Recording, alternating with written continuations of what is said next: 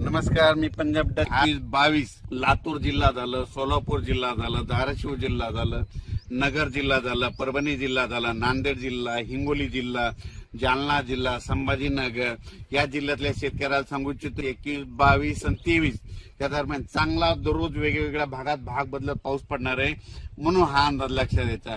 त्याच्यानंतर आपण परत विदर्भाकडे वळू. तर विदर्भ, पूर्व विदर्भ आणि पश्चिम विदर्भ 6 आणि 5 11 जिल्ह्यामध्ये म्हणजे 21, 22, 23 पर्यंत तुमच्या पूर्व विदर्भ आणि पश्चिम विदर्भ 11 जिल्ह्यामध्ये दररोज वेगवेगळ्या भागात पाऊस पडणार आहे आणि पिकाला जीवदान ठरणार आहे, म्हणून हे अंदाज लक्षात द्यायचा. त्याच्यानंतर आपण काय करू, लगेच पश्चिम महाराष्ट्राकडे वळू. त्याच्यानंतर सांगायचं झालं तर कोकणात देखील चांगला पाऊस पडणार आहे, म्हणजे 19 जुलै पासून तर 23 जुलैपर्यंत चांगला पाऊस राहणार आहे, म्हणून हा अंदाज लक्षात घ्यायचा.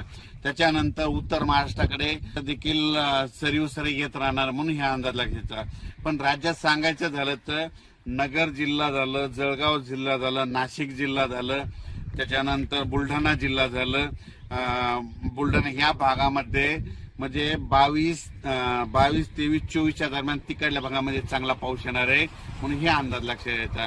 त्याच्यानंतर राज्यातले सर्व शेतकऱ्याला सांगू इच्छितो की खास करून ते 23 जुलैपर्यंत सोलापूर जिल्हा, सातारा जिल्हा, सांगली जिल्हा, पुणे जिल्हा, त्याच्यानंतर नगर जिल्हा, त्याच्यानंतर धाराशिव, बीड, लातूर, नांदेड, हिंगोली, यवतमाळ, परभणी, त्याच्यानंतर इकडे जालना जिल्हा, संभाजीनगर जिल्हा, जळगाव जिल्हा, त्याच्यानंतर बुलढाणा जिल्हा, अकोला, अमरावती, वर्धा, नागपूर, भंडारा, गोंदिया, चंद्रपूर या भागामध्ये म्हणजे दररोज वेगवेगळ्या भागात आता हे आजपासून दररोज भाग बदलत सगळ्या जिल्ह्याला भाग बदलत पाऊस पडणार आहे, म्हणून हा अंदाज लक्षात घ्यायचा.